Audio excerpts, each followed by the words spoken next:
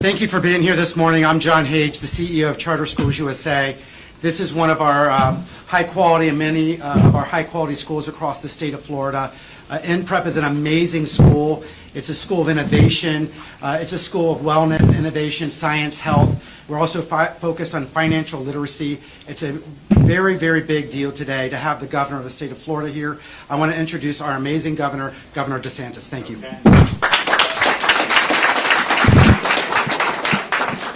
Well, thanks. It's wonderful to be at Innovation Preparatory Academy, so thanks, John, for the introduction. We're going to today highlight financial literacy, and so this is a good example of a school that has a great financial literacy program. We want to make sure that that's something that's available for all students. We have with us today, of course, Commissioner of Education Richard Corcoran on his farewell tour from our administration.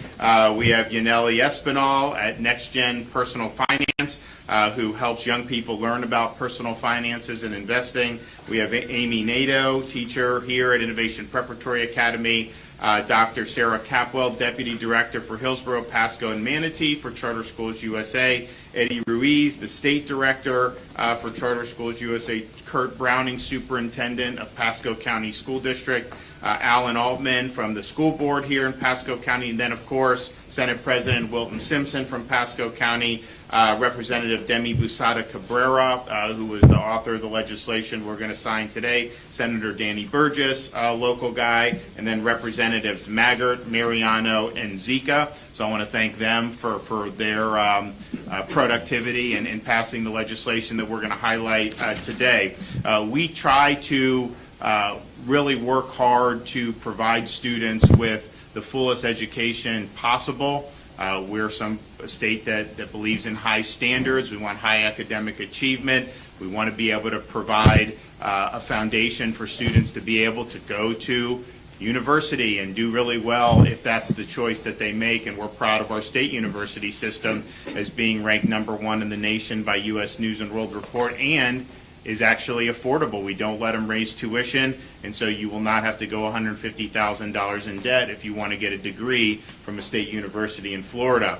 And so we think that that's important, but we also recognize that there are a whole host of other areas that are also important in addition to college prep. So we've stressed vocational education, skills-based education, career education in a variety of fields, which right now are in really, really strong demand. Some of these things students will be able to take with them regardless of what they do. We've also had an emphasis on American civics because everyone's going to be called upon to be a citizen when they get out of school and exercise the right to vote and all these things that are so important to make sure that we continue with the experiment in self-government.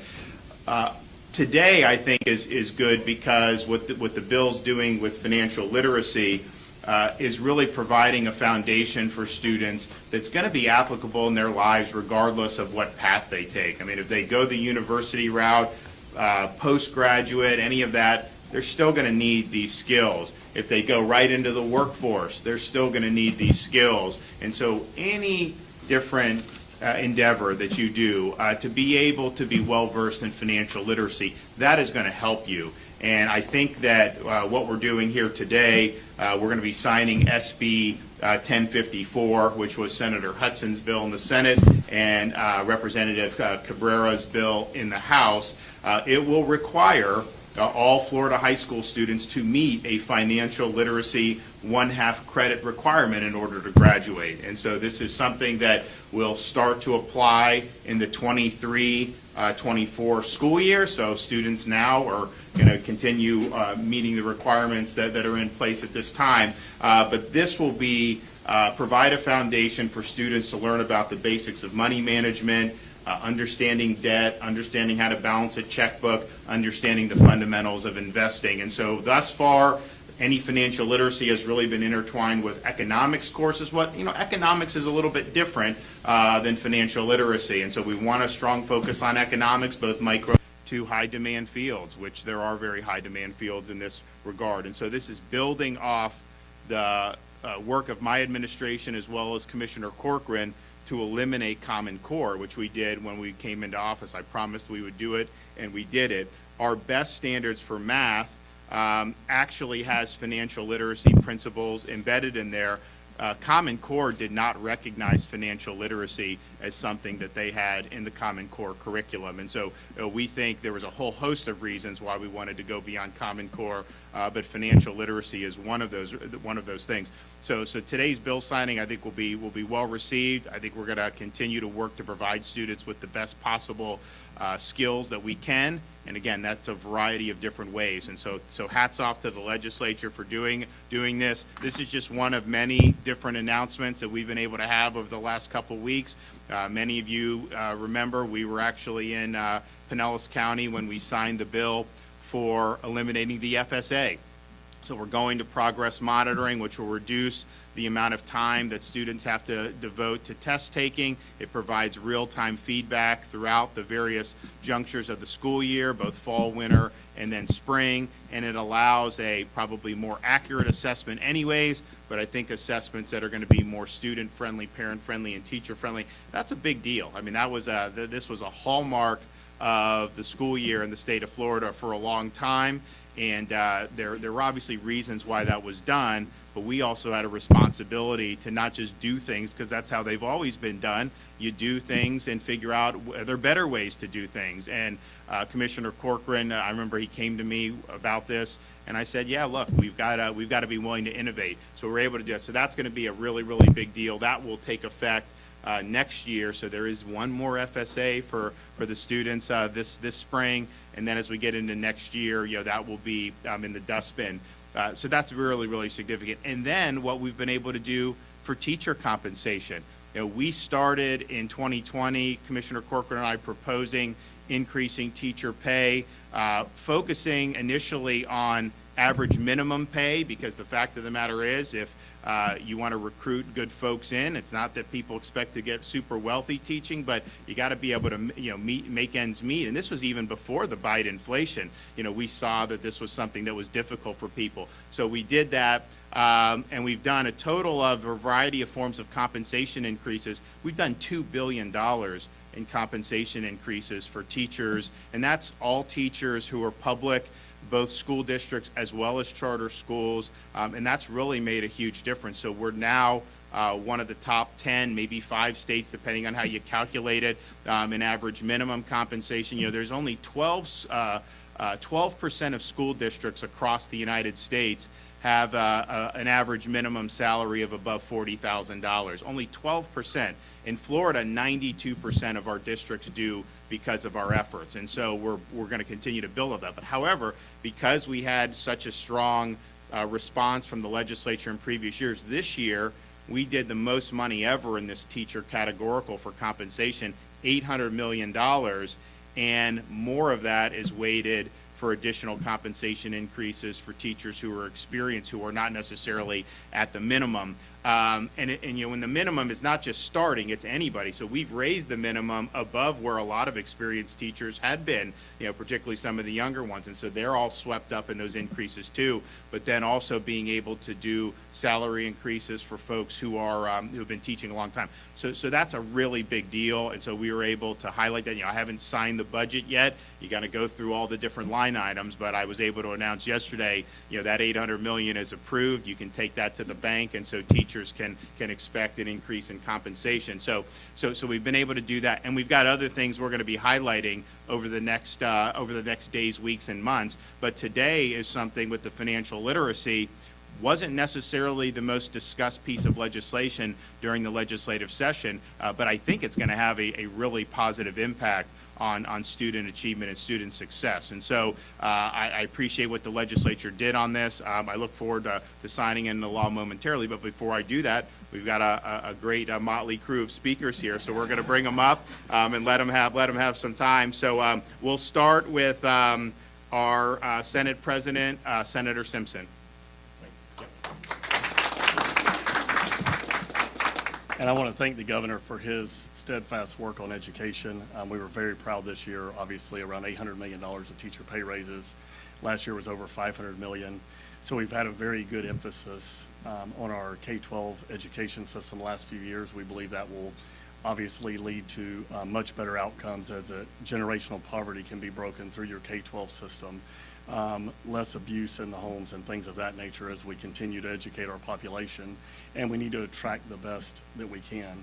This bill today, Senator Huckel served with me for my first 6 years in the Senate, and you should look up Senator Huckel. She was a classroom teacher, and we've tried to pass this bill for nearly a decade now. Senator Huckel carried this bill. She passed about 4 years ago, and we were very proud that Senator Hudson from her area picked up this mantle and ran with it. So we're finally glad that we've got this across the line.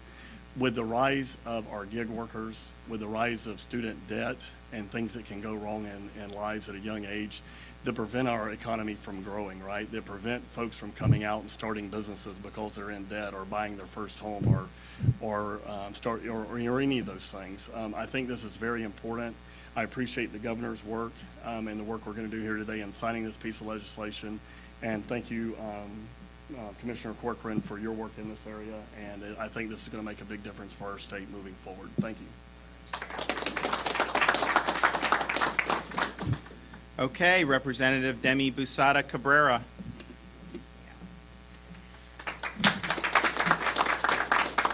Thank you. First, I would like to thank my counterpart in the Senate, Senator Hudson. Thank you to Speaker Sprowls, President Simpson, and Governor DeSantis for recognizing the importance of this piece of legislation. It's our responsibility to make sure that we set up our students for success after high school, whether that means a 2 or 4 year institution or whether that means a college or university isn't part of their path. For me, a big driving force behind wanting to carry this piece of legislation is I think back to when my little sister Shayna graduated from high school. She was out maybe a year, and I looked at her and said, "Oh, did you file your taxes yet this year?" And she kind of looked at me with a blank stare, kind of, "What do you mean?" And I was concerned. But this goes beyond helping our students understand what it means to pay a federal income tax or, balancing your checkbook or your bank account. It helps our students succeed financially. Whether our students choose to go to one of our great colleges or universities, do a trade or apprenticeship program, a career in the arts or the military, every student deserves to be equipped with the education and knowledge to succeed and thrive financially in our society. And thank you, Governor, for your leadership on this. Sure. Thank you. Thank you. Good job. Okay, Yaneli Espinal, come on up. So I feel like I'm right back home in a school building. I started my career as an elementary school teacher in New York City at a charter school where the students were eager to dive into learning. It was amazing. And then I quickly realized that I'm teaching them reading and writing and math and science and social studies. But where's the money management? We're not teaching them about financial literacy. And I'm a daughter of immigrants, so my parents ran a household where it was cash only. So I realized very quickly that online banking and investing apps, trading apps, budgeting apps. Now there's buy now, pay later, cryptocurrency. The world of money is changing so fast, and if we don't help our students keep up, the next generation is gonna repeat cycles of a lack of financial literacy. So I'm so excited to be here today and support on behalf of NGPF. We're a nonprofit, Next Gen Personal Finance, offering free curriculum to teachers, free teacher professional development training, and free advocacy resources so we can advocate for amazing things like this, right? Having this bill become law is an incredible success. So I'm just so excited to be here. I want to thank Jumpstart. I want to thank Council of Economic Education for partnering with us and working as other nonprofits to support teachers. And I also want to thank the Stiles Nicholson Foundation, which is joining NGPF, and together we're committing $1 million to the state of Florida for teacher professional development. It's my honor to be able to share that, and I'm just thankful to everyone here today for having me. Thank you. Thank you. Okay, Amy, where are you at? Come on up. Good morning, time for class. I'm Amy Nato. I've been an educator in Pasco County the past 15 years, and I'm currently in charge of building the financial literacy and research program for middle school students here. And middle school is a little younger than the high school students that we've been talking about, but it's never too early to start changing lives. And so I have a few students in the back I can wave to, but I think they would tell you about some of the projects that we've done if they could, but I will share instead. So we, on the practical side of things, have lots of projects in our class that incorporate very, very important financial education and literacy and vocabulary and all of the things that students need to know as they're learning. So we've done a quick start budget. Kids are learning how to buy a car, how to invest in NFTs was one of our topics this year, which is very current. They're learning a little bit about crypto, and they're learning about the real estate industry. So they are currently in my classroom building 3D models of their dream houses on Tinkercad. So I think it's very important, and thank you for the chance to speak, and I'm very excited to continue building the curriculum that we have, you know, and to share that with other educators as we begin encompassing this into all of our curriculums. Thank you so much for your time. Thank you. Okay, Commissioner Corcoran. Thank you very much. It's an honor to be here, and this is just another piece of education agenda items that the governor has pushed and passed. And this one is very, very important. You know, you want kids to see in the full light of day of what's happening to them. And nowadays in the modern economy, if you don't teach kids about their credit and a FICO score, it's being used now for employment. We have about 5% of people being denied employment because of a FICO score and not even knowing what that is. And those are the implications. People with a low credit score spend hundreds of thousands of dollars over the course of their life, more than someone with a better credit score, and it's simply because of that score. In addition to that, you got to teach kids, which we see a lot of now, is understanding the value of compound interest. You know, a child who is 21 invests $200 a year till he's 30 and stops and does no more. And then there's a child that never invests until he's 30 and does $200 all the way till he's 68. The difference in their amounts is the child that only did it for the 10 years starting at 21 has $1 million more than the child who started at 30. Those are life impactful things that kids ought to know and ought to know well by the time they graduate from high school. And so it's a great bill, and to President Simpson's point, this has been the brainchild, the passion of former Senator Dorothy Hugel, and so it's a great tribute to President Simpson to tribute Dorothy Hugel for that. So that's wonderful. But I do want to quickly say in closing, it's just one piece. You know, when the governor first got elected, and he was even going back to his inaugural, he said we're going to make Florida the education state. And all of the things that have happened has just been astounding. He's mentioned whether it's elimination of Common Core, the massive expansion of choice, the massive growth in teacher compensation, and what that does for our classrooms, the growth in career and technical education. And probably one of the more important things, and I want to mention it here, is if you look at the rest of the nation, what happened during COVID and the denial of a seat in a classroom to a child, those repercussions will be felt by this country for decades to come.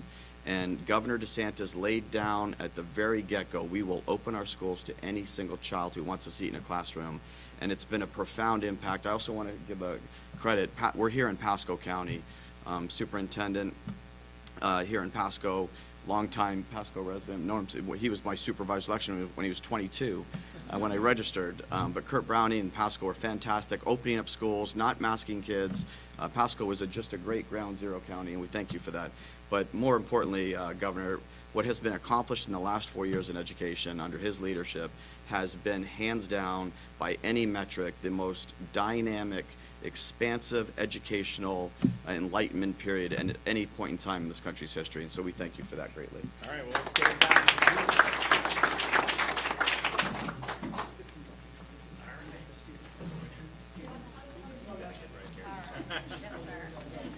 Come on. Yeah. Come on, guys.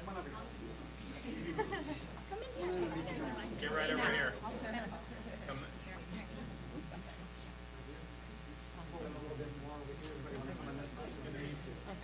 You're going to get a souvenir pen, too. So if you just wait right there, you will get a souvenir pen. All right, so. What is today's date? 22nd, March 22nd. 22nd.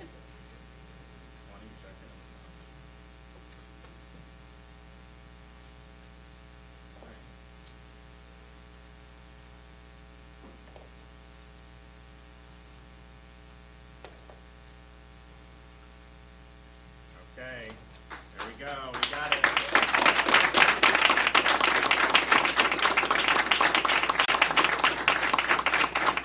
All right, you get one, congratulations.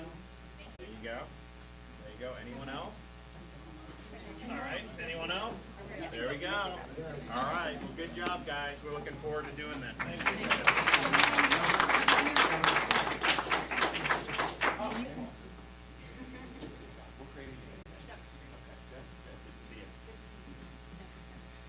Well, it's exciting, and it was mentioned in some of the comments about things that are kind of evolving in this field, things like cryptocurrency, for example. We are working, and I've told the state agencies, figure out ways where if a business wants to pay tax in cryptocurrency to Florida, we should be willing to accept that. And so we're working through that. I actually had some money in the budget that the legislature didn't pick up to try to do some experiment with blockchain technology on some of the state functions. But clearly, something like a Bitcoin and other cryptocurrencies, that's something that we should be willing to accept when you're talking about that. Having said that, and there's a difference between a decentralized digital currency, cryptocurrency like a Bitcoin, and what some are talking about doing at the federal level to convert U.S. dollars into basically a digital currency. I think there's a lot of hazards with that when that's centrally controlled. I worry about the amount of power that would give someone in a central authority to basically be able to shut off access to purchasing certain goods. We'd be in uncharted territories, and we've seen how some of these financial institutions acting at the behest of government can cut people off. Can you imagine if the federal government actually controlled whether you could even go in? So I know Biden issued an executive order. I'm very concerned about that, and I think it's something that we need to be watching very, very closely. That's different from things that are not run by a government agency like a Bitcoin, which is decentralized. So we will accept Bitcoin. We're working on doing that for our for payments in the state of Florida. Okay. Follow up on the teacher compensation. You mentioned $2 billion over the course of 3 years, bringing the state in the top 10 for new teachers minimum salaries. There's an NEA report from last year showing the average overall teacher pay was 48 out of 50. That's a teachers union, though, right?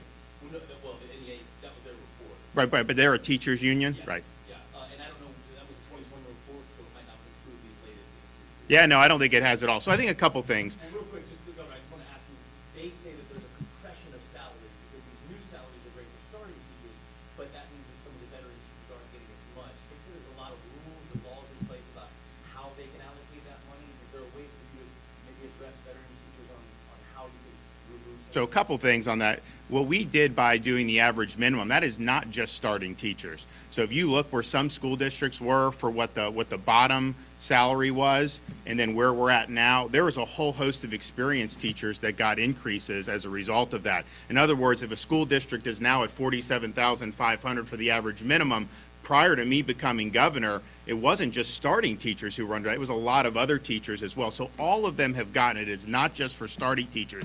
In this year's $800 million, what the categorical says is once the districts have fulfilled that kind of goal is to increase the minimum, not starting minimum for everybody, you need to do more for veteran teachers. So I think that there's some that have already done this that will pretty much plow it all into veteran teachers, correct? So that's what we want to do. So we're doing more for veteran teachers this year than when we first launched the categorical in 2020. And next year, we'll do even more because we've made so much headway on that. But even when we did the first $500 million, there was money in that for veteran teachers. The aggressiveness was more with the average minimum, just simply because we were in a situation where it was harder to recruit new teachers, and people that had been there for a few years were leaving because they had other opportunities. And at the end of the day, having a really good teacher can make all the difference between whether kids do really well or not. And teachers are not doing it just for the money, obviously, because it's not something you're going to become a millionaire off. But to make it so that it's at least attractive, we think is important. But yeah, there's going to be a lot of money for the experienced teachers, and also I would say, depending on how you calculate this stuff, there's a lot of the stuff like union analysis, they will never count any of the bonuses. So for example, we did $1,000 bonuses for every single school teacher, public school teacher and principal in the state of Florida last year. That does not get reflected in the compensation analysis for some of it. We think, Richard and I think that that's something that should be considered as part of the overall compensation. So bottom line is we've never had this type of momentum in the state of Florida before, and I think if you look over the last however many years, that's a lot of resources that we've dedicated to serving our teachers. There's been a social media effort that has been going on the last couple of weeks, you could say, for a digging walkout today over the Press Rights and Education bill. What's your, I know you spoke about it a couple of weeks ago, what's your response to a walkout by employees? Well, look, all I would tell people is, read the bill. And if you have issues with it, articulate those. It's a free country. But what I don't do are narratives and slogans and people just putting things out that are basically false narratives. And I think that's what happened. I think, unfortunately, Disney's leadership bought into a lot of the false narratives. But I think when you're looking at saying, for our kindergartners, our first graders, our second graders, the classroom instruction they're getting should not be involving, these issues involving sexuality, particularly things like transgenderism, where they're being taught that they may be able to change genders. That's something that parents do not want. That's something that a parent would want to be engaging with their student in. And so I would just tell people it's a free country, do what you believe in, but understand if you are out protesting this bill, you are by definition putting yourself in favor of injecting sexual instruction to 5, 6, and 7-year-old kids. I think most people think that's wrong. I think parents especially think that's wrong. Many of your supporters are wondering when you are going to sign that bill. We will sign it, and I've said that for the beginning. It will be relatively soon. I don't think it's going to be tomorrow, but I think it'll be relatively soon. And also just want to make a comment, because last year we signed a bill to ensure fairness in women's athletics. We thought it was very important that young girls and women athletes in the state of Florida had the ability to work hard, to realize their dreams, and to compete fairly, whether it's in swimming, whether it's in track and field, you name it. And that's something that was really meaningful to a lot of people in Florida, particularly people like me who are parents of young girls. So that's something that was really important, and we're glad we did that. If you look at what the NCAA has done by allowing basically men to compete in women's athletics, in this case the swimming, you had the #1 woman who finished was from Sarasota, Emin Wyant. She won the silver medal. She's been an absolute superstar her whole career. She trains, to compete at that level is very, very difficult, and you don't just roll out of bed and do it. That takes grit, that takes determination, and she's been an absolute superstar, and she had the fastest time of any woman in college athletics. Now, the NCAA is basically taking efforts to destroy women's athletics. They're trying to undermine the integrity of the competition, and they're crowning somebody else the women's champion. And we think that's wrong. And so in Florida, I'm going to be later today, because this is a Floridian who I think deserves to be recognized. We're going to be doing a proclamation saying that Emma is the best female swimmer in the 500-meter freestyle, because she earned that. And we need to stop allowing organizations like the NCAA to perpetuate frauds on the public. And that's exactly what they're doing. They are putting ideology ahead of opportunity for women athletes, and I think that there's just some people that are afraid to speak out and say what they're doing, but that is what they're doing. And so in Florida, we're going to be very clear when they try to do things like that, when they try to undermine the integrity of competition, when they try to counteract the ability of women to realize their dreams. We are going to speak out about that, and so we'll be issuing that proclamation, just because, as somebody that was such a great athlete in Florida, has now moved on to the University of Virginia, we need to honor that appropriately. And if the NCAA was willing to actually ensure the integrity of women's competition, she would have been crowned national champion.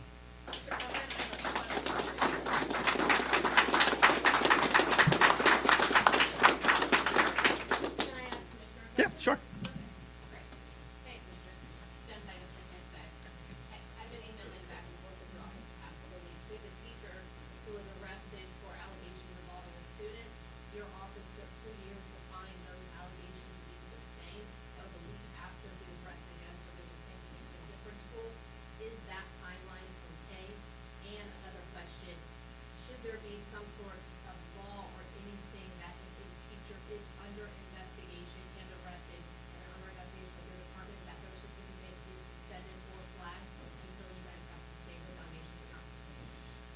First, on the individual case, we're not allowed to, if it's an ongoing case, comment on it, but You guys thought it was sustained, I'll- that it just took 2 years. to yeah, get- I'll look into it, but as soon as I became commissioner, we've changed all those rules. As soon as there's an allegation that involves some sort of serious crime or underlying cause, I had rules passed that said that they had to be brought to me within 24 hours. In that 24 hours, I immediately put a notice on their license so that they cannot be in a classroom and everyone's aware of it. And if somebody chooses to ignore that, they have to contact me, and a district chooses to ignore it, they have to contact me directly. But if you want to reach out today, I'll talk to my office and Yeah, get you I more think I'll details. do a sit-down interview because I have what the county's saying, Polk County, and what Osceola County's saying, what you guys are saying. It's just all different stories, so I would love to have it. Yeah, and we've also, with the help of the legislature, we've, at our leadership and insistence with the governor's office, is pushed for a bad actors list, so that now, because what happens is sometimes they'll get away with it in Lee County and then move to Escambia, and there's not a database. So now we're creating a database of bad actors so that those people can't just transplant, even from other states. So, Yeah, if we can talk, because it's happened in 2021, so it's under your, while you've been there. Yep. So how the state statute says there's nothing, it might be a loophole, but I'd love to talk about it. yeah, I'll be glad to look into it. All right, thanks, everybody. We'll see ya. Thanks, guys. Appreciate it.